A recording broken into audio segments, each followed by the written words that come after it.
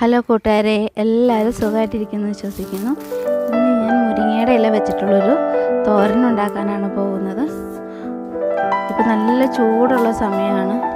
അതുകൊണ്ട് നമ്മൾ ഹെൽത്തി ആയിട്ട് ഇരിക്കാൻ വേണ്ടിയിട്ട് നമ്മുടെ ഭക്ഷണത്തിൽ ഇലക്കറികളൊക്കെ ഉൾപ്പെടുത്തുന്നത് നല്ലതായിരിക്കും. അതിനുശേഷം അതിൻ്റെ രണ്ട് സൈഡും നന്നായിട്ട് വൃത്തിയാക്കണം.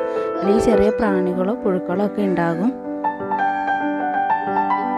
നന്നായിട്ട് വെള്ളത്തിലിട്ട് അലമ്പി കഴുകിയ ശേഷമാണ് നമ്മളിത് ക്ലീൻ ചെയ്തെടുക്കുന്നത്.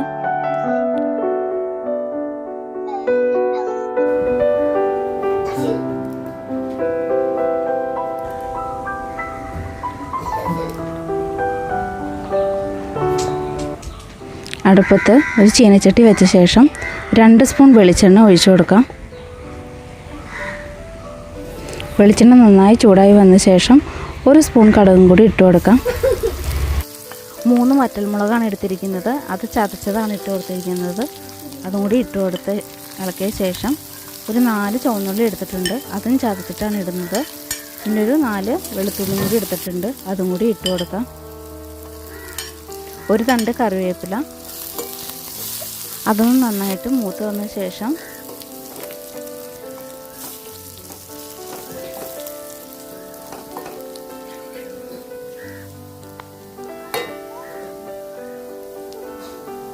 അര സ്പൂൺ മഞ്ഞൾപ്പൊടിയും കൂടി ഇട്ട് കൊടുക്കാം.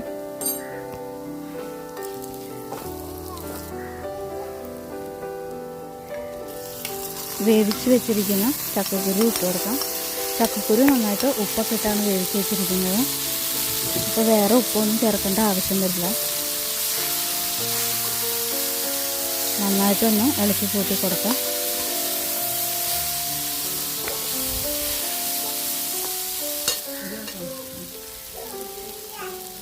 എല്ലാം ഇളക്കി കൂട്ടിയ ശേഷം നമ്മൾ കഴുകി വൃത്തിയാക്കി വെച്ചിരിക്കുന്ന മുരിങ്ങയുടെ ഇല ഇട്ട് കൊടുക്കാം.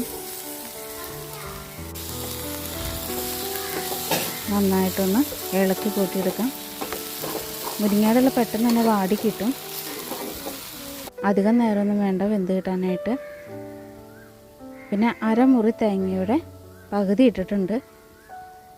അതും കൂടി ഇട്ടൊന്ന് നന്നായിട്ടൊന്ന് ഇളക്കി കൂട്ടി കൊടുക്കാം. പെട്ടെന്ന് തന്നെ തയ്യാറാക്കാൻ പറ്റുന്ന നമ്മുടെ മുരിങ്ങയില തോരൻ റെഡി ആയിട്ടുണ്ട്. എൻ്റെ ചാനൽ ഇതുവരെയായിട്ട് സബ്സ്ക്രൈബ് ചെയ്യാത്ത കൂട്ടുകാരുണ്ടെങ്കിൽ സബ്സ്ക്രൈബ് ചെയ്യുക, ലൈക്ക് ചെയ്യുക. ഇതെല്ലാവരും ഒന്ന് ട്രൈ ചെയ്ത് നോക്കണം കേട്ടോ. Thank you.